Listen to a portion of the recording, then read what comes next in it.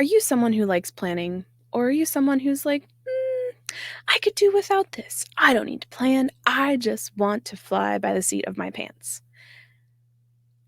No matter how you like to do it, no matter if you like to plan, if you like to outline, if you like to know what's happening, or if you like to be surprised, this is a video for you.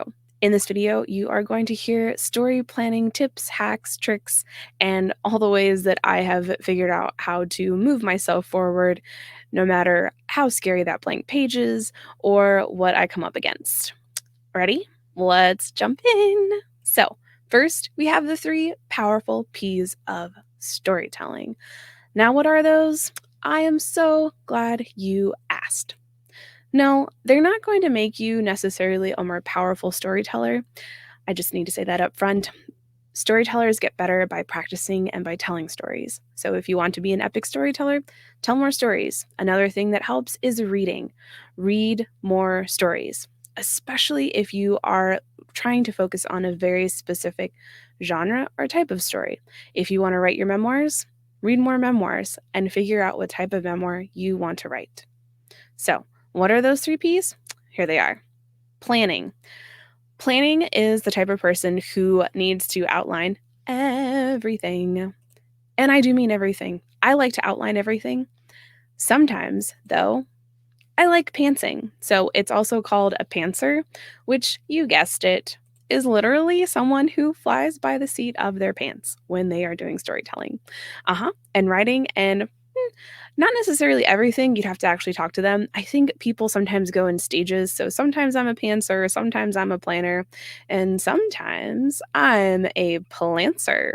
So planting is someone who's somewhere in between. For someone who's been writing for a really long time, they might not need to outline every single detail. They might be able to outline the beginning, outline the end, and then pants their way through the middle. Those are generally what we call plantsers or planting as a verb. So those are the 3 P's. I just wanted to get that out of the way. They're fun. They're fun to talk about. If you look them up, you'll find all sorts of videos and Twitter streams, and I'm sure there's a few Reddits all about planning, pantsing, and planting. So you should say that 3 times fast. So let's say you have done all the things, you've gotten excited, you started writing, or maybe you started outlining, and you're like, I don't know what to do anymore. I have that problem too. And one of the ways I move forward, so we're moving into how to move forward, to combat that rudderless feeling I get when I can't write, nothing seems to work, and none of my ideas feel like the right ones, and my drafts have been collecting digital dust, and my grand plans of launching things have all but evaporated.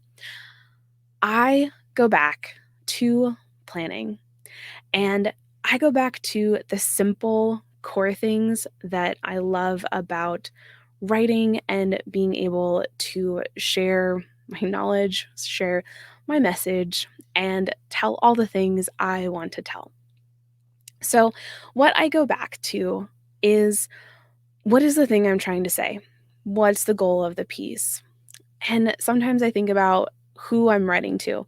So often I have one person in particular that I am writing to specifically. I usually don't tell anyone who that person is. And most of the time they have a name, and it's not a made up thing. Sometimes people will talk about having an avatar they're writing to or this and that. No, no, no, no. I am talking about a real life person that has probably asked me a question or has shared a story with me, and it has inspired me to write something.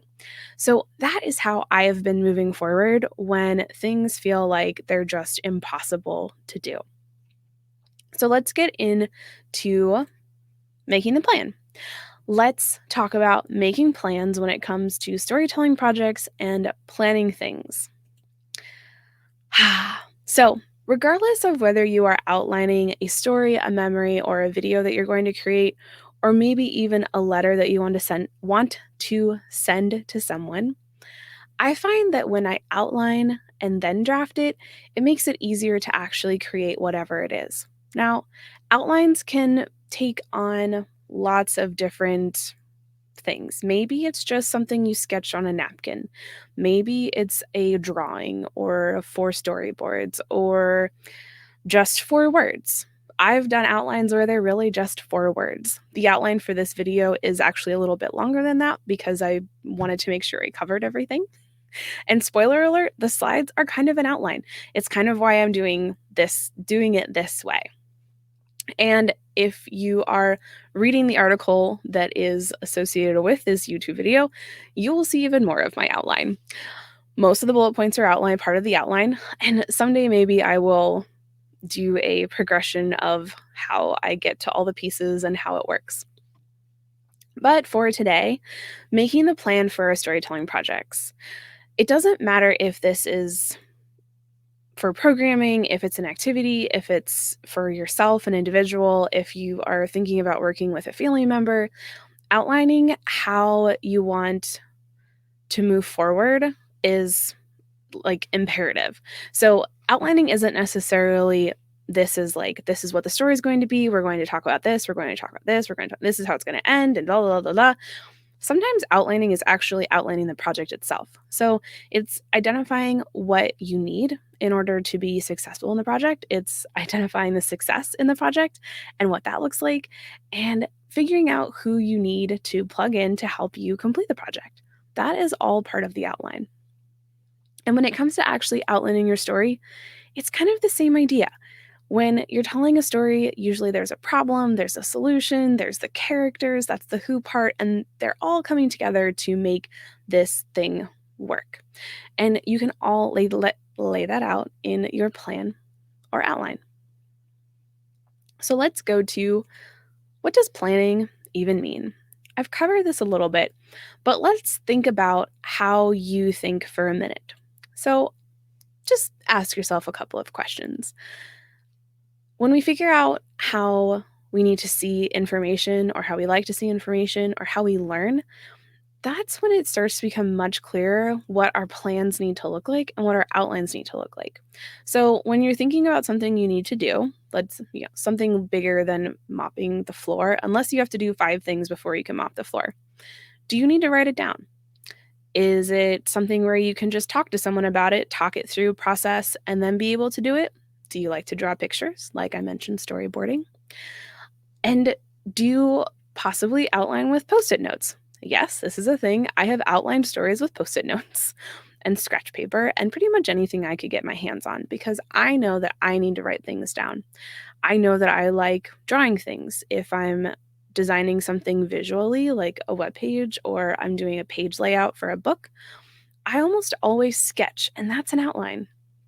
I sketch it on scratch paper. I love using scratch paper. I don't know why, but all the 5-minute storytelling scripts, those were sketched out in a hotel in Lima, Ohio in 2000. I don't remember the year, maybe 2018. When I first sketched those out on the back of a failed attempt at something else on a piece of scratch paper. I did a packet of these 5-minute storytelling scripts, and that's how we got those.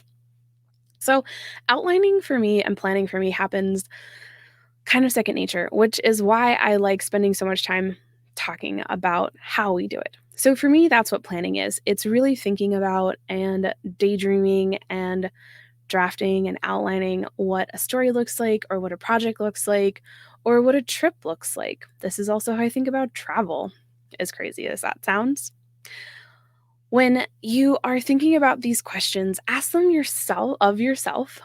In addition, feel free to ask them of someone else. Ask them of someone you care for, a resident, and see what their answers are. It's a really neat conversation that I can guarantee you probably wouldn't have happened otherwise.